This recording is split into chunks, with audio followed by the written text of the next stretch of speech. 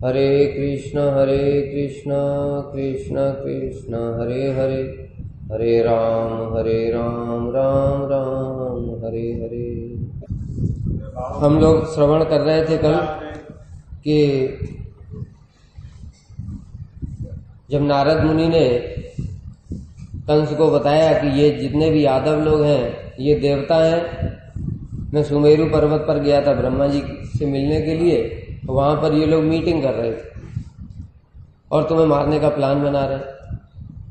ये सुनने के साथ ही साथ उसने क्या किया, देवकी वसुदेव को कारागार में डाल दिया और उसने सोचा मेरा जो पिता है उग्रसेन ये भी देवता है, उसको भी कारागार में डाल दिया और खुद राजा बन गया और जो उनकी पहली संतान थी उसका वध कर दिया।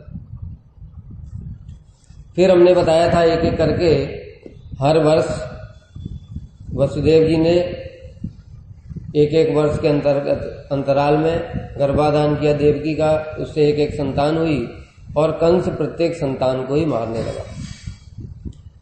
7वीं संतान हुई। अब यहां पर यह प्रश्न उठता है कि जो देवकी हैं वो तो भगवान की जननी है और जो भगवान की जननी है वो विशुद्ध सत्व में है। जहां पर विशुद्ध सत्व है वहीं पर भगवान का आविर्भाव होता है। विशुद्ध सत्व की परिभाषा क्या है? भगवान की स्वरूप शक्ति की स्वप्रकाश वृत्ति जिसके द्वारा भगवान अपने नाम रूप गुण लीला इत्यादि को प्रकाशित करते हैं, ये शुद्ध सत्व है।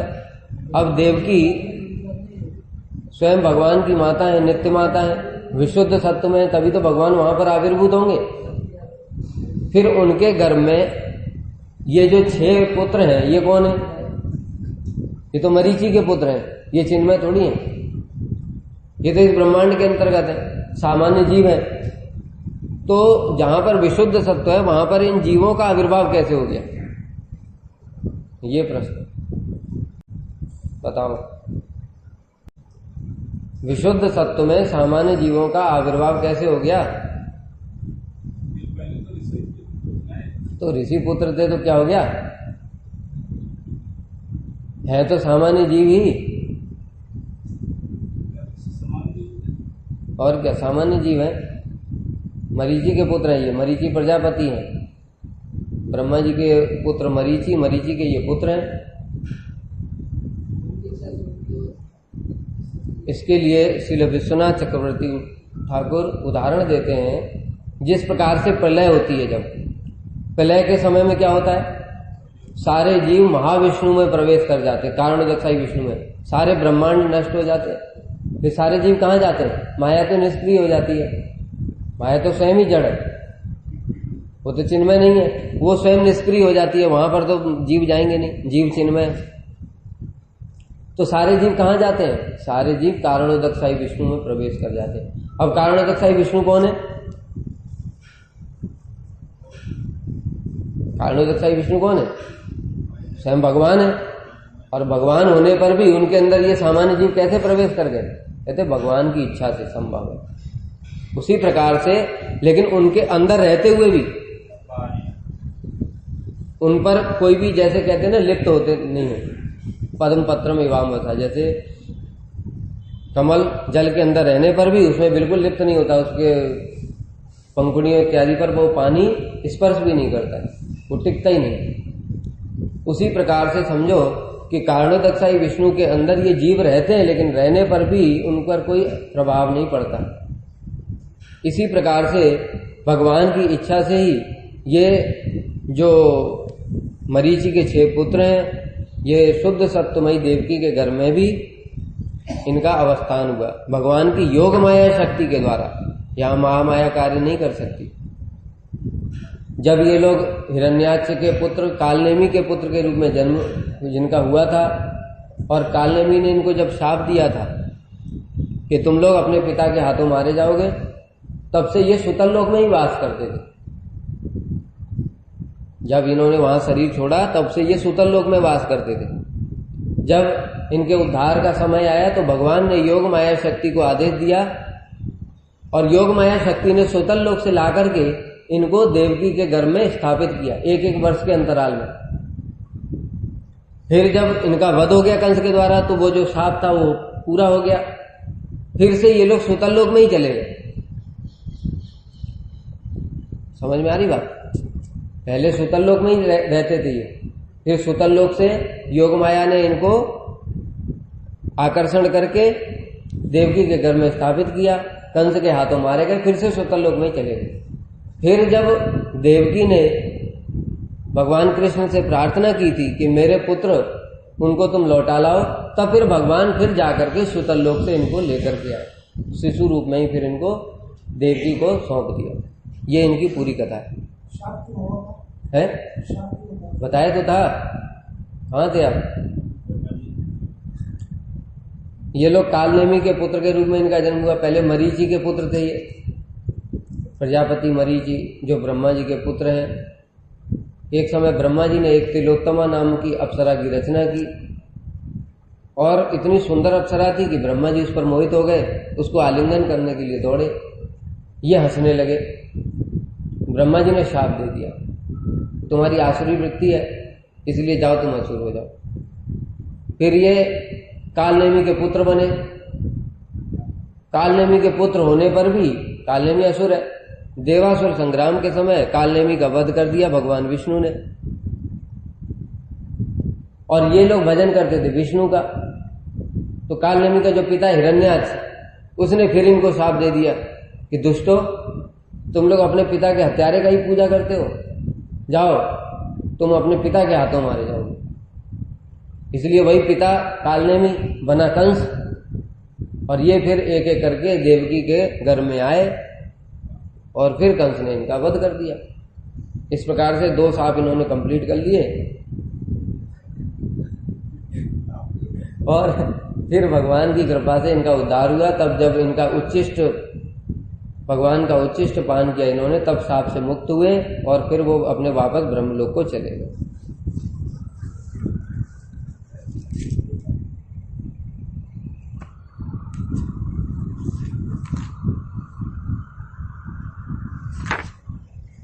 अब यहां पर बता रहे हैं कि ये जो मरीचि हैं और जो देवकी के 6 पुत्र हैं, और 7वें घर में जो वसुदेव, देवकी के घर में जो बलदेव प्रभु का आविर्भाव हुआ, और 8वें घर में भगवान आए, इन सब लीलाओं का क्या रहस्य है, श्रील विश्वनाथ चक्रवर्ती ठाकुर ने बताया कि मरीचि मन के अवतार। मरीचि को समझो मन। इस सिद्धांत को अच्छे से समझना। ये हमारे गुरुवर्ग के विचार हैं, इन पर ही विशेष ध्यान दिया करो, क्योंकि हमारे गुरुवर्ग ने इस संबंध में क्या विचार प्रस्तुत किया है, वही गौड़ीय वैष्णवों का वही धन है, और यही उनकी हमारी स्पेशलिटी है। इसलिए इन विचारों को अच्छे से समझने का प्रयास करें। मरीचि मन के अवतार है, और मरीचि के जो 6 पुत्र हैं, शब्द स्पर्श इत्यादि, वो मन के द्वारा भोग्य 6 विषय हैं।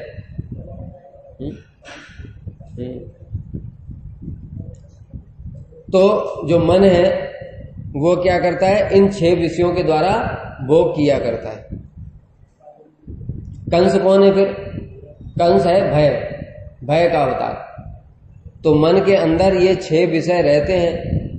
अब साधक जब भजन कर रहा है तो उसके अंदर ये 6 विषय भी विराजमान है। तो ये 6 विषय दूर कैसे होंगे? जैसे कंस ने इनका वध कर दिया, तो कंस को क्या बताया? भय है। यानी जब साधक के हृदय में भय उत्पन्न होगा, कौन सा भय? ये भय कि देखो मैं भजन कर रहा हूं, लेकिन मेरा कैसा दुर्भाग्य है कि मेरे अंदर ये विषय भी विद्यमान है, शब्द स्पर्श रूप रसगंध इत्यादि ये भोग भी कर रहा हूं। अगर ये मेरे अंदर विराजमान रहेंगे तो मैं कभी भी भगवान की प्राप्ति नहीं कर पाऊंगा। इस प्रकार से इस भय के फलस्वरूप, इन विषयों के कारण ही मैं कोटि कोटि जन्मों से, कोटि कोटि योनियों में भटक रहा हूं, लाखों लाखों योनियों में भटक रहा हूं। अनंत ब्रह्मांडों में घूम आए, लाखों योनियों में भटकने कारण यही विषय। इस प्रकार का जब साधक के हृदय में भय उत्पन्न होता है, तो कंस ने क्या किया? इसको वध कर दिया 6 पुत्रों को, तो भय कंस हो गया। तो ये भय के कारण क्या होता है? ये 6 विषय धीरे धीरे नष्ट हो जाते हैं। और भजन भी कर रहा है, अगर भजन नहीं करेगा तो कुछ नहीं होगा। उसके बाद 7वें घर में कौन आए? बलदेव प्रभु। बलदेव प्रभु कौन है?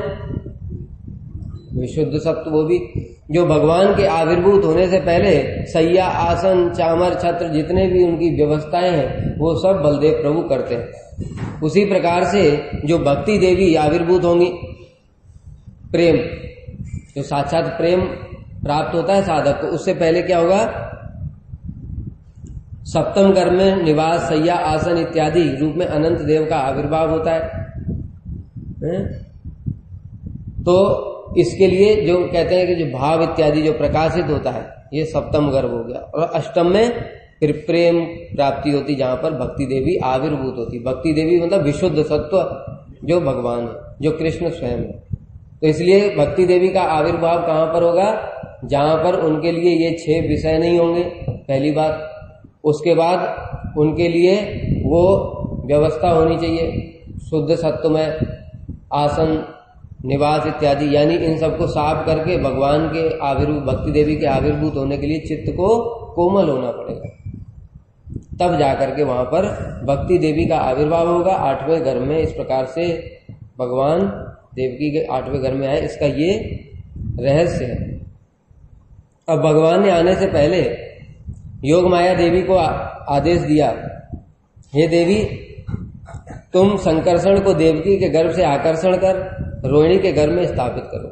हमने कल बताया था, यद्यपि रोहिणी माता बलदेव प्रभु की नित्य माता है, किंतु जो संकर्षण का आविर्भाव हुआ कहां पर? देवकी के घर में। वो भगवान की योग माया की इच्छा, भगवान की इच्छा से योग माया के द्वारा कि वहां पर भगवान के लिए सारी व्यवस्था, आसन इत्यादि, सैया इत्यादि व्यवस्था करने के लिए। उसके बाद मैं परिपूर्ण रूप में देवकी का पुत्र बन करके आऊंगा। उस समय देवकी और रोहिणी दोनों 7 माह की गर्भवती थी। देखो इस बात को समझो, ये रहस्य है।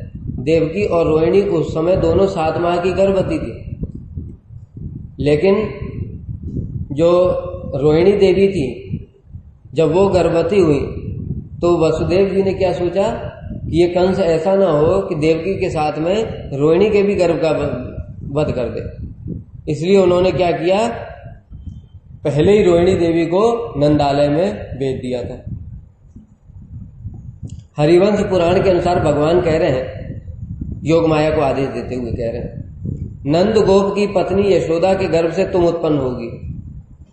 जो लोग कहते हैं ना, हमारे गुरुदेव प्रमाण दिया करते थे कि नंद बाबा के यहाँ यशोदा देवी ने एक पुत्र और एक पुत्री को जन्म दिया, इसका प्रमाण है। आगे और बहुत सारे प्रमाण बताएंगे, लेकिन अभी यहाँ पर सिर्फ भगवान का जो आदेश है वो सुना रहे। हरिवंश पुराण में क्या कह रहे हैं? योग माया से भगवान कह रहे हैं कि नंद गोप की पत्नी यशोदा के गर्भ से तुम जन्म लोगी। भाद्रपद कृष्ण पक्ष की 9वीं तिथि को तुम्हारा जन्म होगा।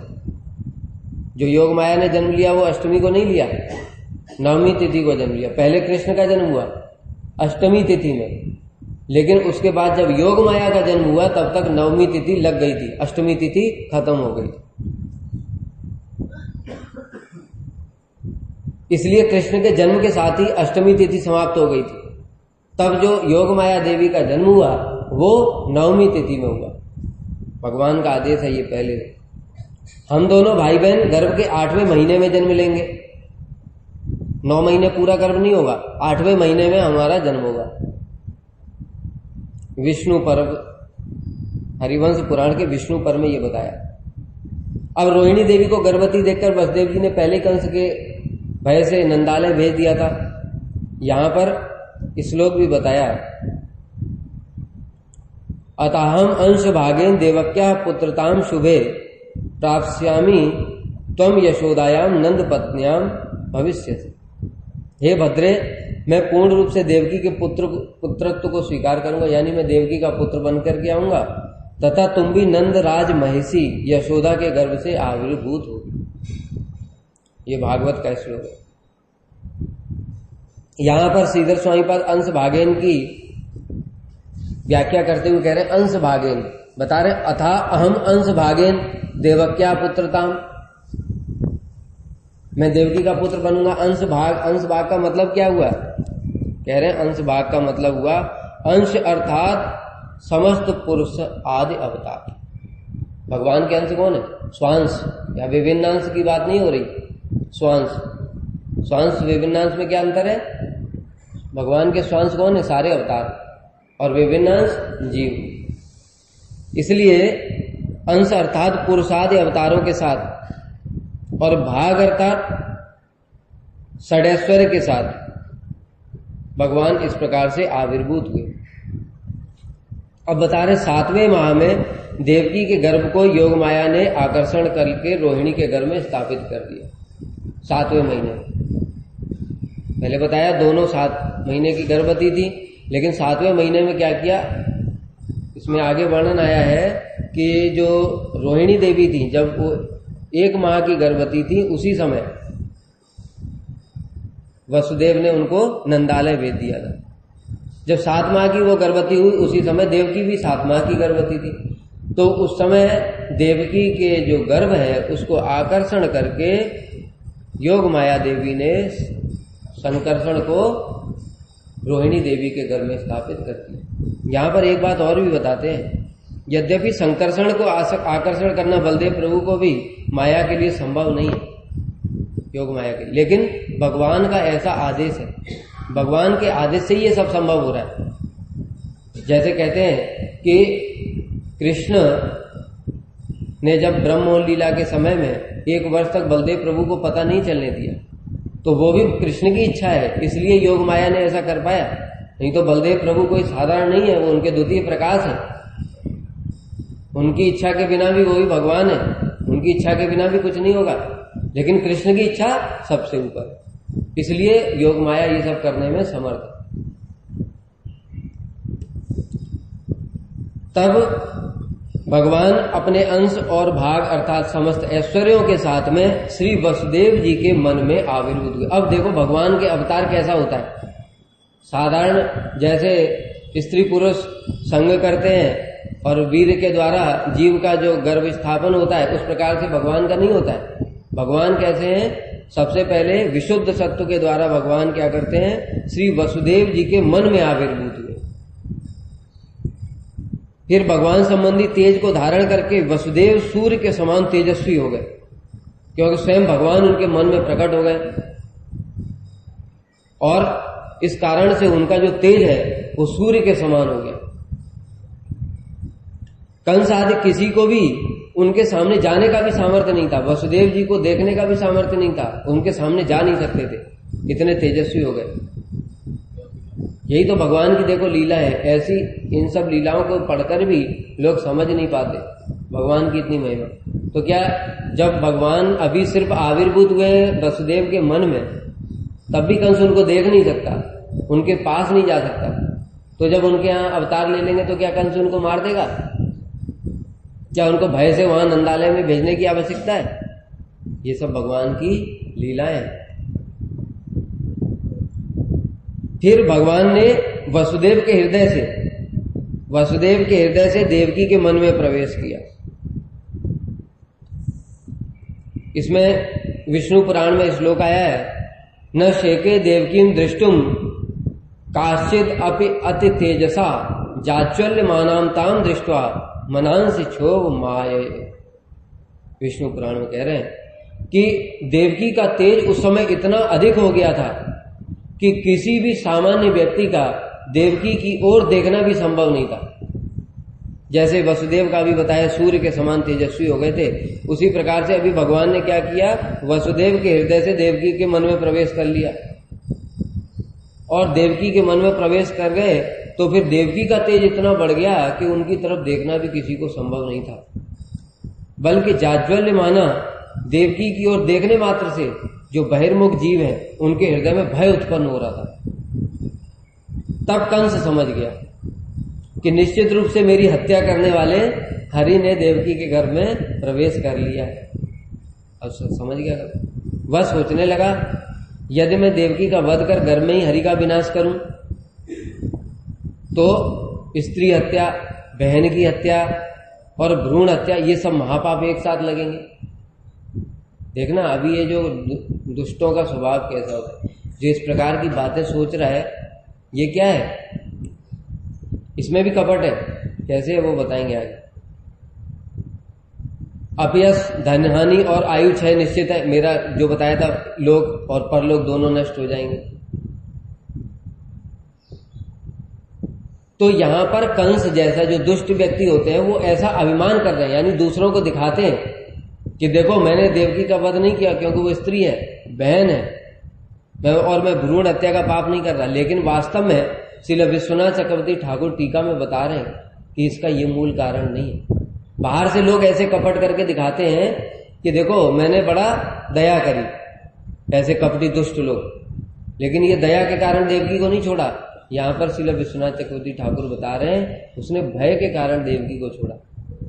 इसीलिए कह रहा हूं कि ये जो दया दिखा रहा है ये भी कपटता है, क्योंकि ये मूल कारण नहीं है उसकी दया का।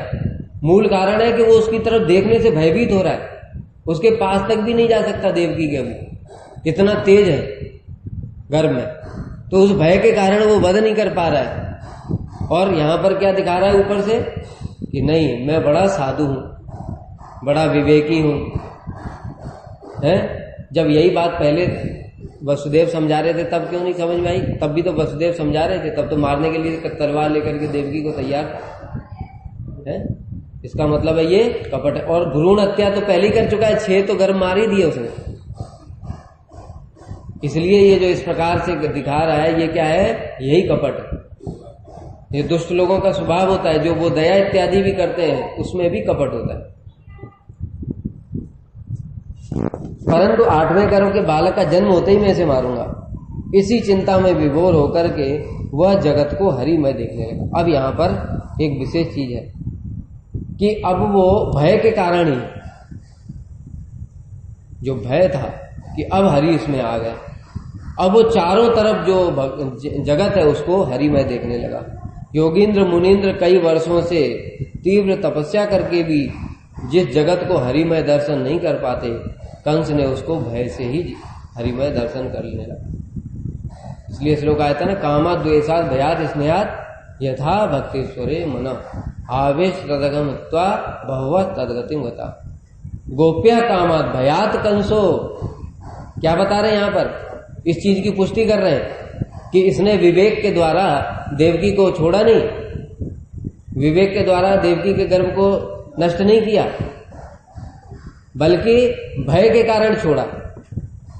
और उसका प्रमाण है कि भय भी, अगर उसको छोड़ना, मारना था इसको बालक को, तो फिर भय करने की क्या जरूरत है? अभी गर्भ तो जन्म लेगा, उसके बाद मार दूंगा मैं। लेकिन इतना भयभीत है वो, सिर्फ अभी भगवान देवकी घर में प्रकाशित ही हुए, इतना भयभीत है कि अब वो घर में जाता है अपने कक्ष में, कोई बिल्ली थोड़ा सा जरा सा कुछ कर देती है तो उसको हरि आ गया, हरि आ गया, विष्णु आ गया, ऐसे भय से एकदम तलवार लेकर ही सोता है, बिल्कुल तलवार लेकर के सोता है, कहीं किसी टाइम भी ना आ जाए। और बिल्कुल जैसे कुछ भी थोड़ी सी आहट होती तुरंत तलवार निकाल करके कहाँ है कहाँ है कहाँ है, ऐसे करके। तो पूरे जगत को कुछ भी होता है विष्णु उसको दिखाई देते हैं। इसलिए कामात् द्वेषात् भयात् स्नेहात्, काम से, भय से, द्वेष से, स्नेह से, किसी प्रकार से भी अगर भगवान में मन आविष्ट हो जाए तो वह परम कल्याण का कारण। इसलिए बताया गोप्य कामात्, गोपियों ने प्रेम के द्वारा, भयात् कंसो, कंस ने भय के द्वारा हरि के चरणों में मन को आविष्ट कर दिया। इसमें एक बात और भी है, बहुत से भागवत वक्ता हमने सुना है खुद ये बताते हैं कि हम तो समझते हैं कृष्ण की भक्ति करने से तो अच्छा है कि उनसे द्वेष करना श्रेष्ठ, क्योंकि द्वेष करके कंस को बड़ी जल्दी मिल गए शिशुपाल, दंतवक्र और कंस को। ये क्या है? ये मूर्खतापूर्ण बात, ये श्रेष्ठ बात थोड़ी है। कृष्ण जो कंस को प्राप्त हुए, जो कृष्ण के दर्शन कंस को, दुर्योधन को, शिशुपाल को, दंतवक्र को हो रहे हैं, क्या वही दर्शन गोपियों को भी हो रहे हैं? उनके दर्शन में कोई अंतर ही नहीं है। गोपियों को साक्षात मनमथ दिखाई देते हैं, और कंस को क्या दिखाई देते हैं? मृत्युर्भोजपते, साक्षात मृत्यु के रूप में दिखाई दे रहे हैं। मल्लानाम शनि, जो वहां पर चाणूर और मुष्टिक इत्यादि जो मल्ल थे उनको क्या दिखाई दिए? साक्षात मनमथ दिखाई दिए। क्या दिखाई दिए? महाभयंकर मल्ल के रूप में दिखाई दिए। और कंस को क्या दिखाई दिए? साक्षात, अरे यमराज आ गए, ये यमराज क्या गदा लेकर के आते ना, भैंसे पे बैठ करके, साक्षात यमराज आ गए। तो इसलिए ये बात ठीक नहीं है। भक्ति में और द्वेष इत्यादि से मन लगाने में बहुत अंतर है, और फल में भी अंतर है। भगवान असुरों को क्या देते हैं? साहित्य मुक्ति दे देते हैं। भक्तों को भी साहित्य मुक्ति देंगे क्या?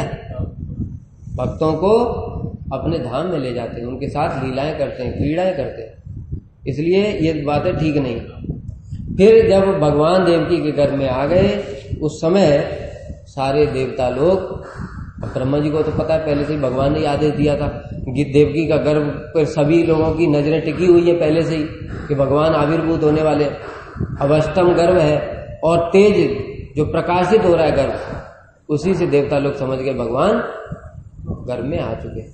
इसलिए सारे देवता, ब्रह्मा जी इत्यादि सब आ गए और उन्होंने बड़ी सुंदर सुंदर भगवान की स्तुतियां की। क्या कह रहे? सत्यव्रतम सत्यपरम त्रिसत्यम सत्यस्य योनिम निहितंच सत्य सत्यस्य सत्यम ऋत सत्य नेत्रम सत्यात्मकम त्वाम शरणम प्रपन्न। भगवान की स्तुति कह रहे हे प्रभु, सत्यात्मकम त्वाम शरणम प्रपन्ना, हम सब आपके शरणागत हो रहे हैं। कैसे आप हैं? सत्यव्रतम, आप सत्यव्रत हैं। व्रत मतलब जो संकल्प, भगवान जो कुछ भी संकल्प करते हैं उसको पूर्ण कर देते हैं, यह है सत्यव्रतम। इसमें बता रहे हैं सकृदेव प्रपन्नो यस तवास्मीति च याचते अभयम सर्वदा तस्मै ददाम एतद् व्रतम मम। भगवान कह रहे हैं कि जो व्यक्ति मेरे शरणागत हो जाता है मैं उसे सर्वदा अभय प्रदान करता हूं, ऐसा मेरा व्रत है। जिनका अपने भक्तों का पालन रूपी व्रत सत्य है, यानी जो इस प्रकार से सत्य व्रत धारण करते हैं। कौन सा सत्य व्रत? कि मैं अपने शरणागतों की रक्षा करूंगा, ये भगवान का सत्य व्रत है। इसलिए उनको क्या कहते हैं? सत्य व्रत। ऐसे सत्य व्रत के भगवान के हम शरणागत होते हैं। कहते भगवान तो सत्य व्रत नहीं है, तोड़ देते हैं प्रतिज्ञा अपनी। भीष्म के सामने तोड़ दी, हनुमान जी के सामने भी तोड़ी एक बार राम जी ने। फिर सत्यव्रत कैसे हुए बताओ? श्रीनिधि दयानिधि। भगवान अपने शरणागत भक्तों की रक्षा करते हैं, जिनका अपने भक्तों का पालन रूपी व्रत सत्य है, यानी भक्तों की रक्षा करने वाला व्रत सत्य है। तो जो भीष्म कौन है? उनके भक्त हैं, उनकी रक्षा करने का, यानी वो कौन है? उनकी जो भक्त हैं उनकी रक्षा करने का व्रत सत्य है उनका। यानी अब भक्त ने जो व्रत धारण किया उस व्रत की रक्षा करने वाले हैं, इसीलिए वो सत्य व्रत। समझ गए? इसमें उत्तर है। यद्यपि जो तुम लोग बात कर रहे हो वो ठीक है, लेकिन उसको दोनों विरोधी बात है ही नहीं। इसमें ये नहीं बताया कि जो सत्य व्रत है, एक तो भगवान अपना जो व्रत धारण करते हैं ये एक उसका पालन करते हैं। जो भगवान संकल्प कर लेते हैं, भगवान ने ब्रह्मांड बनाने ब्रह्मांड बना दिए, जो सोचते हैं वो ठीक है। लेकिन दूसरी परिभाषा क्या बताई थी हमने? दो परिभाषाएं सत्यव्रत की। एक भगवान का अपना संकल्प बताया था, दूसरा भगवान अपने भक्तों के संकल्प को भी सत्य करते हैं, इसलिए वो सत्यव्रत है। तो यहां पर भक्तों ने संकल्प किया है, उसकी उनकी रक्षा करना है उनको। हाँ तो टूटने दो। तो दूसरा वाला है समय, उसको उस वाली परिभाषा, जब दो परिभाषा है एक चीज की, तो जिस समय जो परिभाषा सही हो रही वही वाली तो लेंगे। हाँ तो पहले भगवान शरणागत वत्सल है, और इस कारण से जो दूसरी परिभाषा है कि भगवान अपने शरणागत भक्तों की रक्षा करने वाले हैं, तो वो वाला, इस कारण से वो सत्यव्रत है। दो सत्यव्रत की परिभाषा, एक अपना संकल्प को सत्य करते हैं, दूसरा भक्तों के संकल्प को सत्य करते हैं। अब यहां पर जो अप्लाई होगा वही वाली तो परिभाषा लोगे, जहां पर अप्लाई होगा वो दूसरी परिभाषा लोगे। भाई अभी तुम्हें जैसे बताया कि एक गुरुजी ने आदेश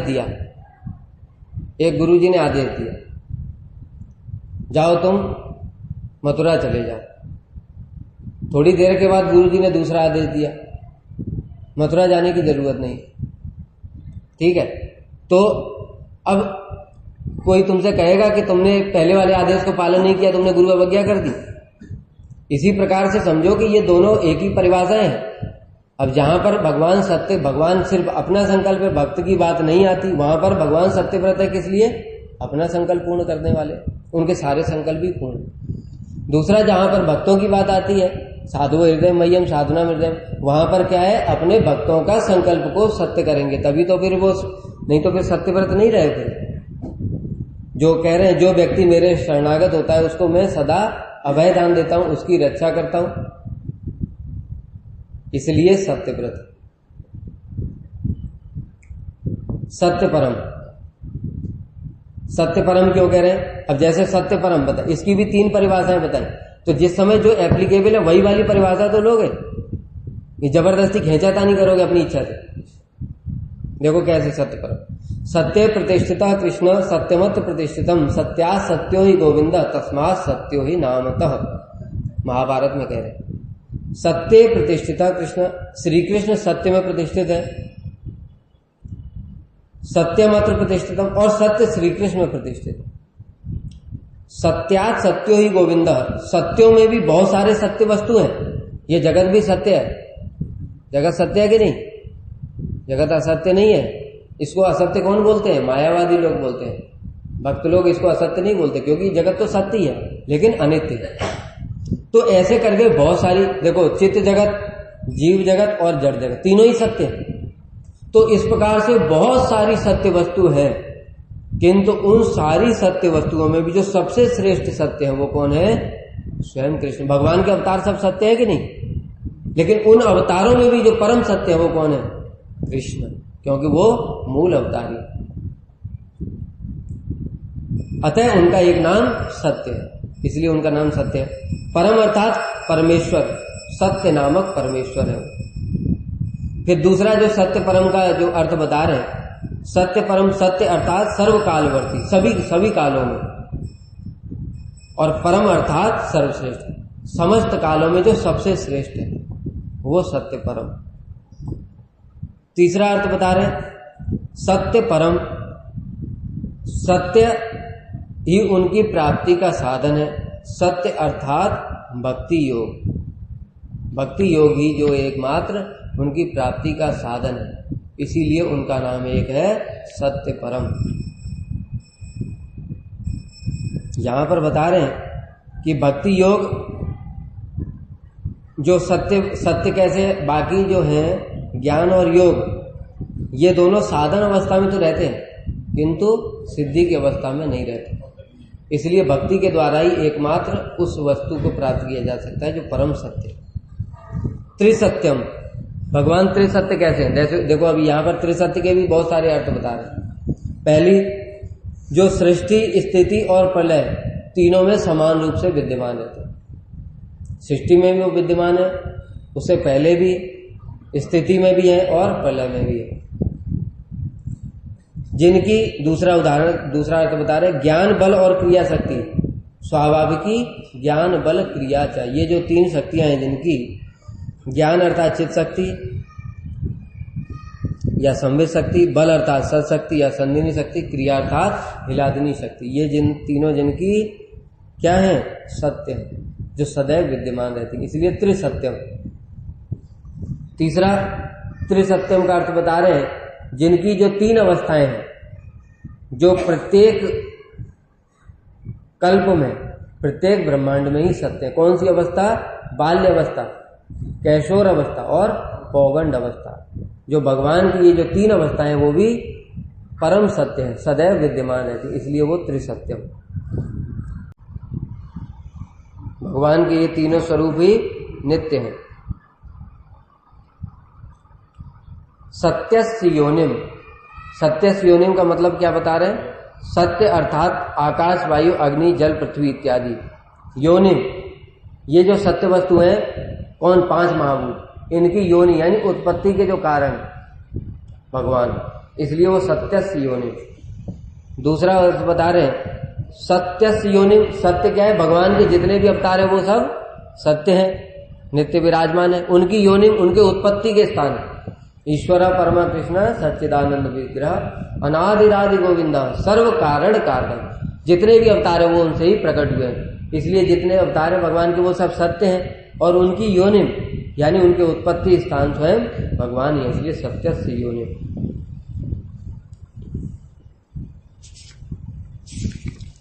निहितंच सत्य, निहितंच सत्य अर्थात कह रहे हैं पंचभूतों की उत्पत्ति के पश्चात भी आप उनमें अंतर्यामी के रूप में विराजमान, यानी सत्य वस्तु पंचभूत हो गई, उसमें निहितन वो पंचभूत के जो कारण है वो भी भगवान है, और जब ये पंचभूत प्रकट हो गए उसके बाद भगवान उनमें उपस्थित भी है, विराजमान भी है उन पंचभूतों में।